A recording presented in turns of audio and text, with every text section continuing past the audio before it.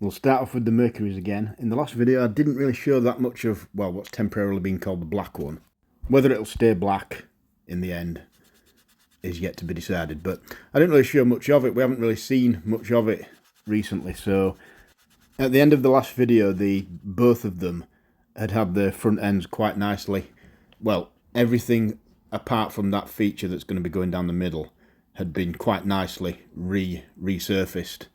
Ready for sanding, so, but I didn't really show any of how that happened with the black one, and I skipped one or two bits with the other as well. So we'll be having a look at that. So this is kind of going back into that timeline just for a second. This is how it got to looking quite presentable at the end. So this is the putty. Obviously what I was doing there, I was sanding down the modelling clay. And as on previous attempts, I'd got, if that line, that framework, if you like, of the original engine bay, if that shows up again, you've almost certainly made it so that you're going to have to go over it again with the putty. You don't really want to see that line again because you need a nice, smooth surface where the putty feathers into the metal. So at the moment, how I've done it there, I mean, I made these spreaders out of just some cardboard from some cardboard packaging. I did it slightly differently to the other one. I just did it in wide strip because the things that I'd made were almost the same width as the two sides of the front, and I just went straight down and then took the excess off around the edges at the end so that we get the original casting lines back again. And this is something that I skipped on the silver one because the silver one didn't have that much of an edge to sand to. So all you've got to do is just get something like this. This is just the end of a cocktail stick. No, it's not a cocktail stick. It's got a funny sort of flat end on it. It's something else. It's probably a skewer from something. Wooden skewers are pretty good things to keep hold of, actually. And the straight flat end of it, I just placed it down at the same angle that I want the V-shaped feature to be, and then used that as a guide to sand along it to make sure I could get everything nice and smooth without disturbing the bit that I'd marked out for the V-shaped feature. So we'll come back to those in a bit because that was just a little bit of a catch-up.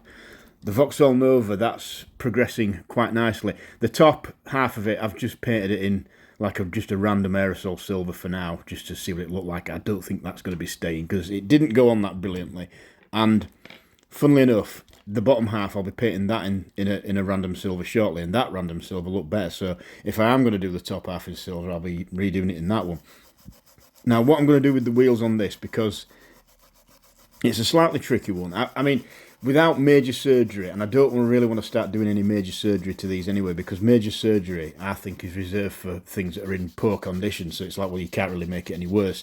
This was not a bad example, really. So I'm trying to make what I do with this as unobtrusive and uninvasive as possible.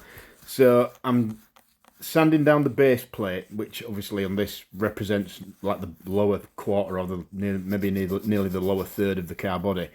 I'm getting all that down to bare metal and get that sort of polished up a little bit without even putting it in the stripper, because the wheels, yeah, you can get the wheels off, you can grind the little nubs that hold them in place, and you can take the wheels out and things like that. But the wheels are quite difficult to do on this anyway because of those rear arches, which is a lovely design feature on the real car, but it makes things quite difficult here because it's not that easy to find a bigger wheel, because it does look underwheeled. It's quite a big scaled Corgi casting, but it's just on standard Corgi wheels, so it does look underwheeled how it is, and it does need something. But obviously I got to the end of sanding the base plate down, and that was just to mask the wheels off, just to give it a quick coat of paint. So what I'm going to do, I'm going to leave the wheels where they are and just try and augment them using a variation of the good old plumbing O-ring trick. But I've got to use the thinnest ones that I've got, ones that will just nicely go over the diameter of the wheel itself, so that it looks like it's got a convincing tyre, but will allow the back wheels to still roll under those sort of fancy back arches that it's got. So I've got my 4 thinnest O-rings that I've got, and I've just put them down onto blue tack because I don't want the entire wheel to be silver on this one. So I'm painting the O-rings themselves to create the wheel rim off the car, And like I said, the blue tack's it's just a good place to keep them held down, because you can wet sand them and things when they're dry. And then I'm putting some grey on the middle. I'm just using flat grey because I've found that when you use a metallic grey for wheel centres, if you're going to give it like a silver rim around it, it doesn't really make that much difference. You can't really tell it's metallic because it's shadowed by the plumbing O-ring. So this is the result after I'd very, very carefully glued the sanded down plumbing O-rings in place. I mean, I've got videos of how to do this process in its entirety, and we will be going back to this to see the rest of it, how it's done, because there is still further work to do with the wheels. As it stands, one side rolls, one doesn't, so there's obviously something to be investigated there.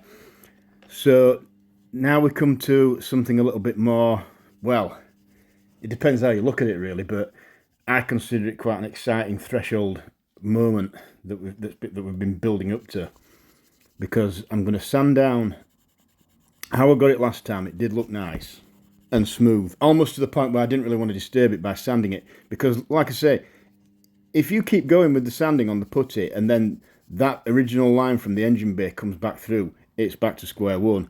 So it's quite a nerve-wracking process.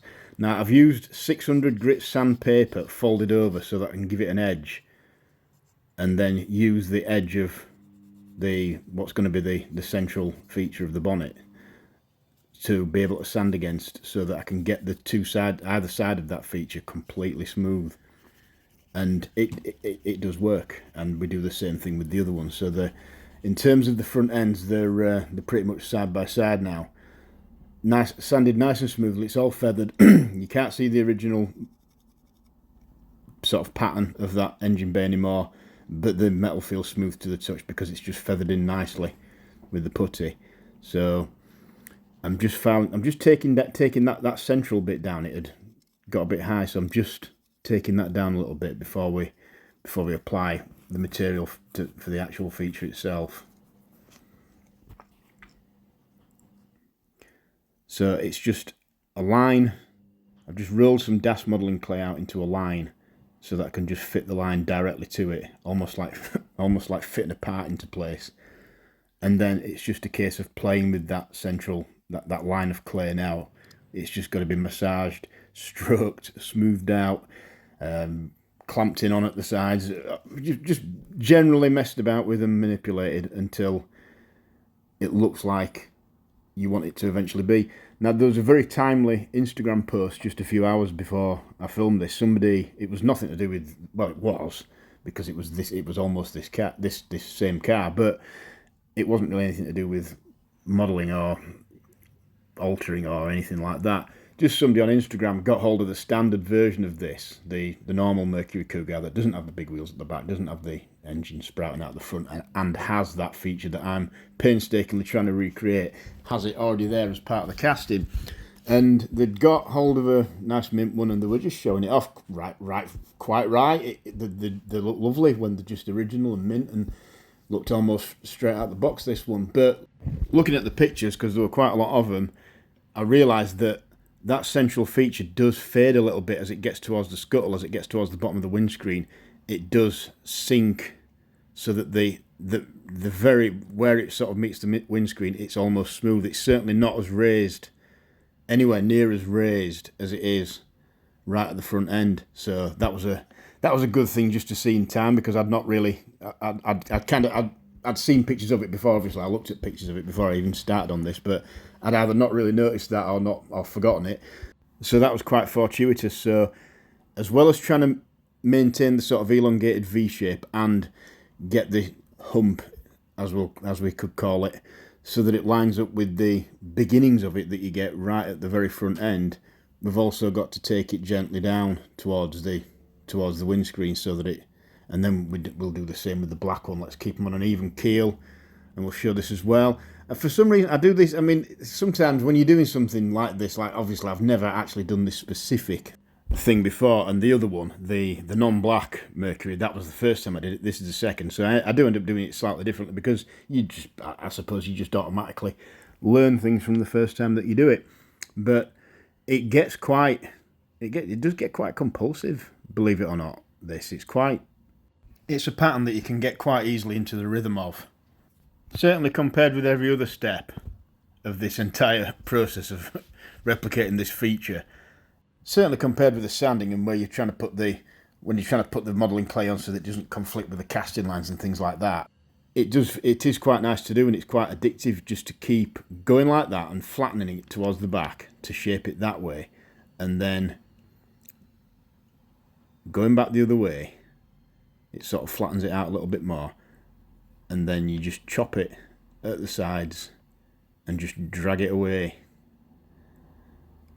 just like that. And you just keep doing that over and over again until eventually you get something that you're happy with. I mean, obviously I wouldn't recommend just keep doing it until you're back to square one or anything like that, but it is quite nice to do, and it's not one of those things that you feel could go disastrously wrong at any point, or that there's any massive stakes here. Well, I mean, there is, because obviously if you do make a mistake at this point, especially if it's one that undoes all the work that we did earlier with the sides of it, then you've got you're going quite a few squares back on the old Monopoly board, really, aren't you? But it just doesn't feel like it's something that you can get particularly wrong once you get into the rhythm of it. So this is where we've ended up. They're definitely starting to take shape now, and the Nova, it's starting to, the idea of having to black that grille and bumper is starting to pain me a little bit, because it does look quite good in silver. I don't think any early Nova in existence was ever like that, but who's to say this one can't be? So this is the motley crew of three as they stand currently. Still a fair bit of work to do with both the Mercuries, but I think if we just take it nice and steady, I think we'll get there. I think the hard part's done, more or less. And maybe next time we'll come up with a colour for the Nova, possibly a two-tone one. Until then, thanks for watching.